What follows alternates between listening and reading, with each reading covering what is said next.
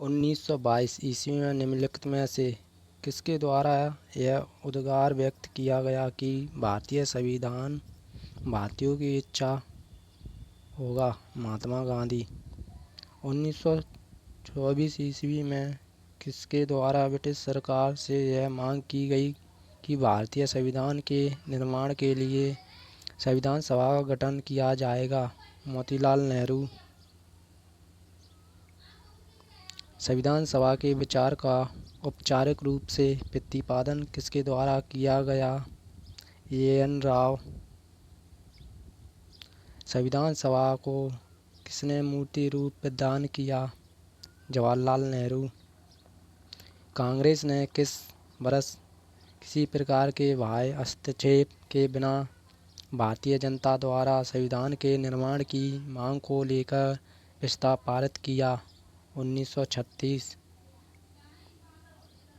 1938 में किस व्यक्ति ने वयस्क मताधिकार के आधार पर संविधान सभा के गठन की मांग की?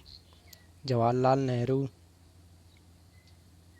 1942 में किस योजना के तहत यह स्वीकार किया गया कि भारत में एक निर्वाचित संविधान सभा का गठन होगा जो युद्धोपरांत संविधान का निर्माण करेगी? क्रिप्स योजना। संविधान सभा के गठन की मांग सर्वप्रथम 1895 में किसके द्वारा प्रस्तुत की गई? बाल गंगाधर तिलक। संविधान सभा गठित करने का आधार क्या था? Cabinet mission plan 1940। भारत की संविधान सभा किसके अनुसार गठित की गई?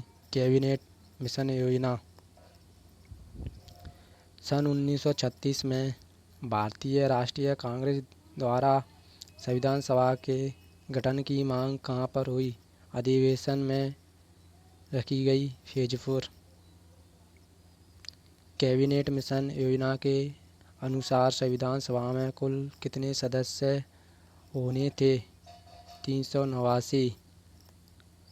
प्रस्तावित मूल संविधान में कुल सदस्यों का विभाजन किस प्रकार होना निश्चित हुआ था? उपयुक्त सभी। संविधान सभा में विभिन्न प्रांतों के लिए 292 सदस्यों का निर्वाचन होना था। इनमें से कांग्रेस के कितने प्रतिनिधि निर्वाचित होकर आए? 208। पुनर्गठन के फलस्वरूप वर्ष 1947 में संविधान सभा के सदस्यों की संख्या कितनी रह गई? 299। संविधान सभा पुनर्गठित में देशी रियासतों के लिए कितने प्रतिनिधि थे? 70। पुनर्गठित संविधान सभा में विभिन्न प्रांतों के लिए कितने प्रतिनिधि थे? 229। कैबिनेट मिशन योजना के अंतर्गत संविधान निर्मात्री परिषद में प्रत्येक प्रांत की आवंटित सदस्य संख्या निर्धारित करने के लिए एक प्रतिनिधि कितनी जनसंख्या के अनुपात में था? 10 लाख व्यक्ति। संविधान सभा के सदस्यों को निम्न में से किसने प्रत्यक्ष रूप से निर्वाचित किया?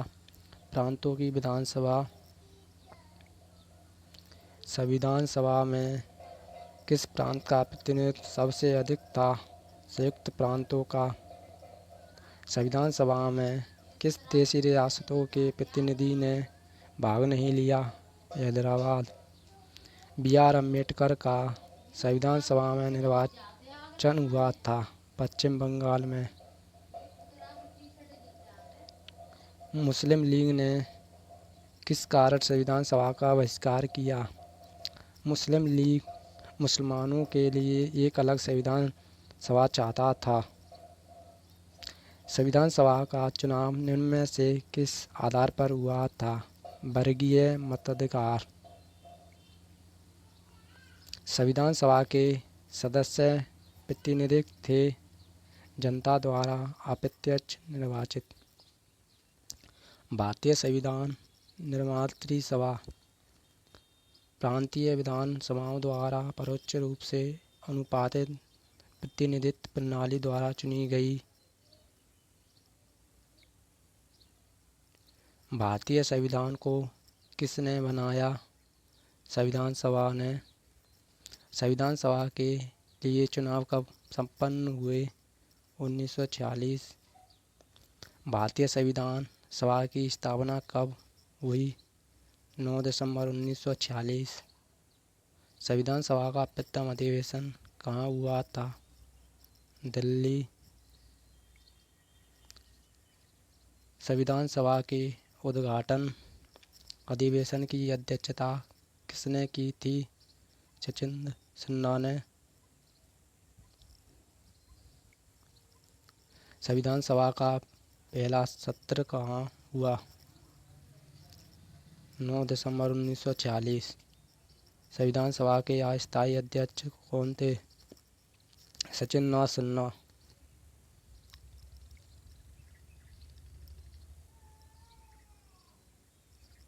संविधान सभा के स्थायी अध्यक्ष डॉक्टर राजेंद्र प्रसाद। 11 दिसंबर 1946 को किसे संविधान सभा का स्थायी अध्यक्ष चुना गया? डॉक्टर राजेंद्र प्रसाद।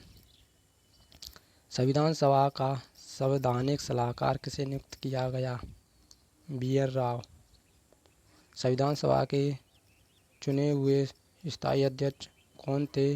डॉक्टर राजेंद्र प्रसाद। निम्नलिखित में से कौन संविधान सभा का सदस्य नहीं था? H. बंग। संविधान सभा के विभिन्न पहलुओं के अध्ययन हेतु संविधान सभा ने कितनी समितियां नियुक्त की? 13 समितियां। संविधान सभा के प्रारूप या मसौदा समिति के नियुक्त कब की गई? 29 अगस्त 1947।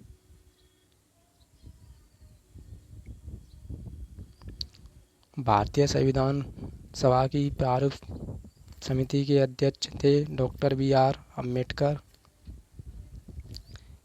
संविधान सभा के प्रारूप समिति में अध्यक्ष सदस्यों की संख्या थी 7।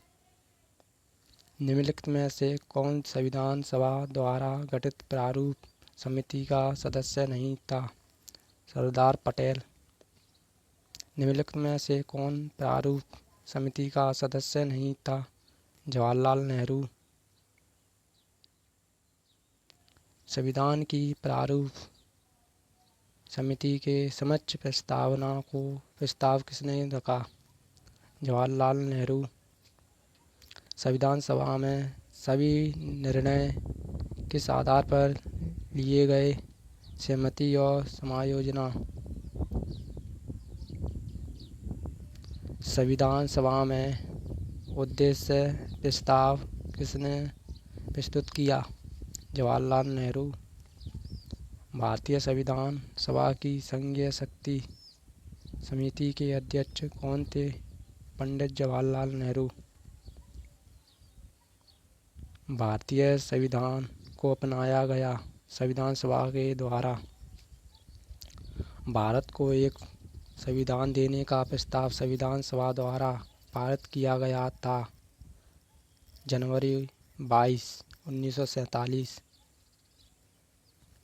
संविधान निर्मात्री सभा में झंडा समिति के अध्यक्ष थे JB कृपलानी। राष्ट्रीय झंडे की अभिकल्पना को भारत की संविधान सभा में ग्रहण किया गया जुलाई 1947। भारतीय संविधान सभा ने भारतीय राष्ट्रीय ध्वज की रूपरेखा को अंगीकार किया 22 जुलाई 1947। संविधान सभा ने संविधान को अंतिम रूप से किस दिन पारित किया? 26 नवंबर 1949। संविधान सभा अंतिम रूप से किस दिन आखिरी बार मिली? 24 जनवरी 1950। संविधान सभा के कितने उपस्थित सदस्यों ने संविधान पर हस्ताक्षर किया? 284। संविधान सभा द्वारा अंतिम रूप से पारित संविधान में कुल कितने अनुच्छेद और अनुसूचियाँ थीं? 395 अनुच्छेद, 8 अनुसूचियाँ थीं। संपूर्ण भारतीय संविधान के निर्माण में संविधान सभा को कितना समय लगा? 2 वर्ष 11 माह 18 दिन।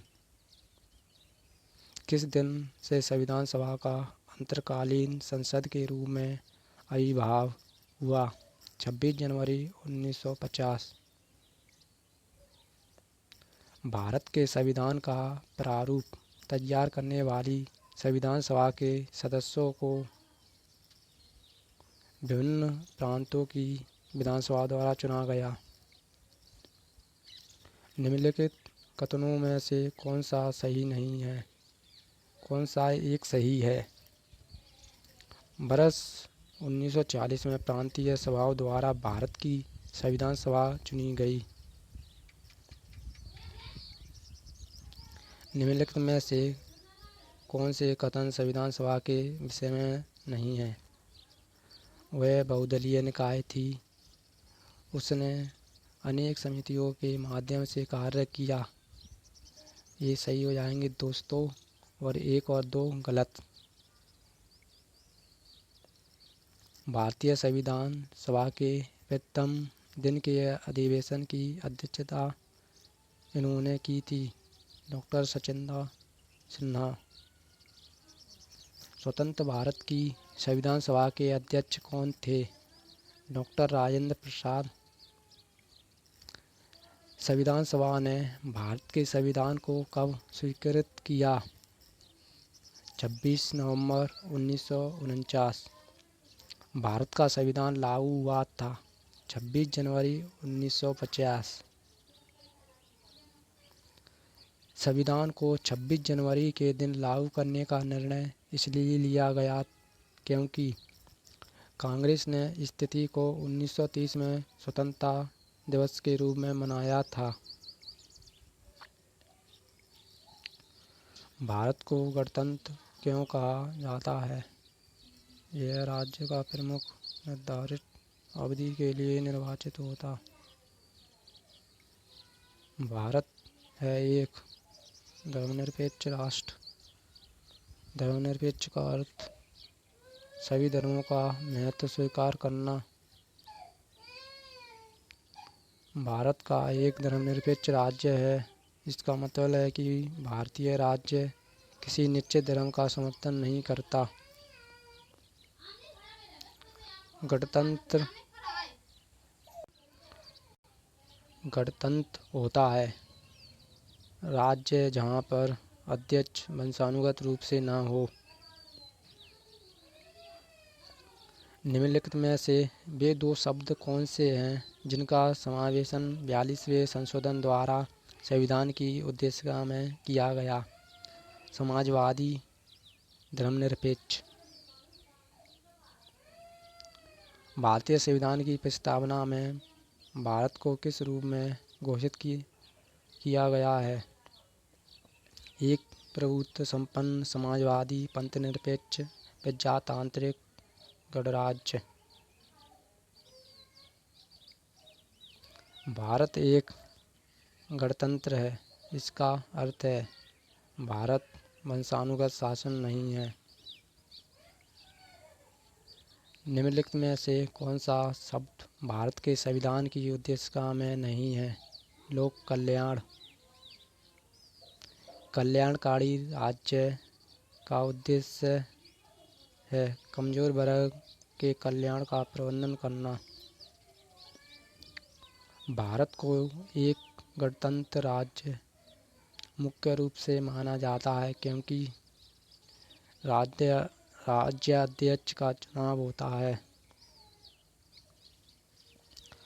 भारतीय संविधान की प्रस्तावना के सिलसिले में निम्नलिखित में से कौन क्रम सही है? सार्वभौम, सत्ता संपन्न समाजवादी धर्मनिरपेक्ष जनवादी गणतंत्र। संविधान की प्रस्तावना में प्रयुक्त शब्द सेक्सुअल सेक्युलर का अर्थ है सभी नागरिकों को धर्म एवं उपासना की स्वतंत्रता। धर्मनिरपेक्ष भारत के संविधान की प्रस्तावना में जोड़ा गया। इसके विषय में निम्नलिखित कथनों में से कौन सही है? 1 और 2। तो दोस्तों ऑप्शन बी सही हो जाएगा। भारतीय संविधान की प्रस्तावना में निम्नलिखित हम भारत के लोग से क्या अर्थ निकलता है? संविधान निर्माता भारत की जनता का प्रतिनिधित्व करते हैं। समाजवाद का अर्थ है सामाजिक न्याय।